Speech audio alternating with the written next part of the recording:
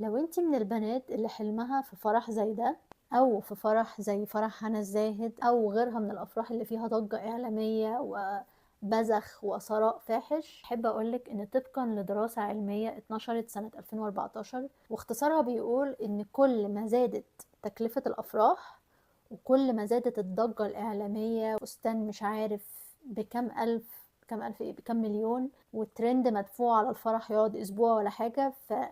ده بيأثر بشكل سلبي على الزواج وبيزيد من احتمالية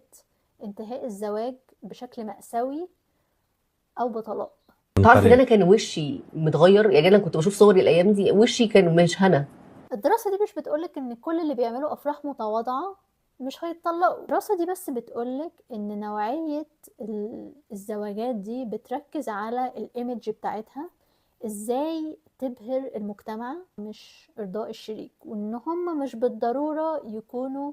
كابل سعداء مستقبلا. الدراسة دي في 2014 وانا قريتها زمان جدا، بس هي جت على بالي دلوقتي لان فعلا في ناس كتير قوي بتقارن نفسها